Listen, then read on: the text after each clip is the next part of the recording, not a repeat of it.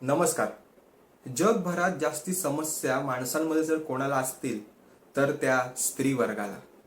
म्हणजे स्त्रियांवर कशा वेगवेगळ्या पद्धतीने अत्याचार होतात. म्हणजे उदाहरणार्थ जर तुम्ही पाहिलं एप्स्टीन फाईल्स मध्ये लहान मुलीपासून त्या मोठ्या स्त्रियांपर्यंत लोक किती वाईट प्रकारे व्यवहार करत होते हे तुम्हाला माहितीच असेल.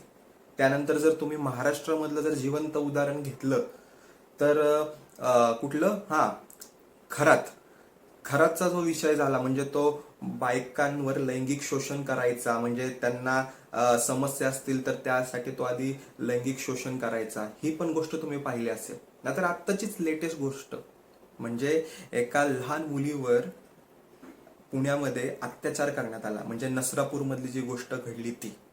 तर अशा प्रकारे महिलांवर अत्याचार होत असतात आणि होत राहिलेत आतापर्यंत.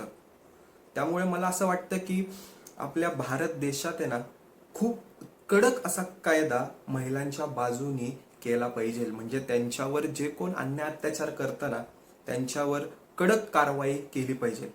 जर आपल्या भारत देशामध्ये एका मुलीवर बलात्कार होतोय आणि जर एव्हिडन्स प्रूफ करते की त्या माणसाने तिच्यावर अत्याचार केलाय, तर त्याला लगेच कठोरती कठोर शिक्षा म्हणजे मृत्यूदंड ही शिक्षा दिलीच पाहिजे.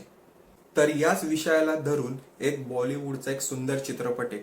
तर या चित्रपटाचा विषय असा आहे की एक बाई लहान मुलांना आणि लहान मुलींना किडनॅप करून सुरुवातीला त्या मुलांना भिका मागून ती धंदा करत असते. पण काही वर्षानंतर ती एक वेगळाच बिझनेस चालू करते. म्हणजे एका बिझनेसमनला धरून ती मुलींचा सप्लाय करत असते बाहेरच्या देशामध्ये.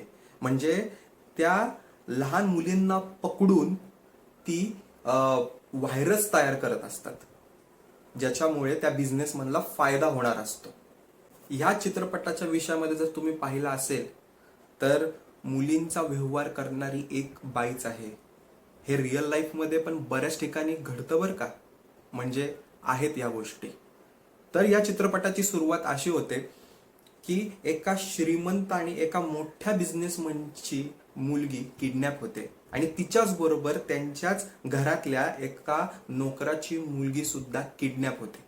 आता एवढ्या मोठ्या श्रीमंत आणि एका मोठ्या बिझनेसमनची मुलगी किडनॅप होते म्हटल्यावर पोलीस यंत्रणा सुद्धा मोठ्यापणाने आणि मोठ्या जोराने लागलेल्या असतात. आणि ही केस जाते एसीपी शिवानी रॉयकडे. आता एसीपी शिवानी रॉय त्या दोन्ही मुलींना सोडून आणेल का आणि त्या बाईला आणि त्या बिझनेसमनला कठोर ते कठोर शिक्षा देईल का, हेच जर जाणून घ्यायचं असेल तर नेटफ्लिक्सवर पहा चित्रपट मर्दानी 3.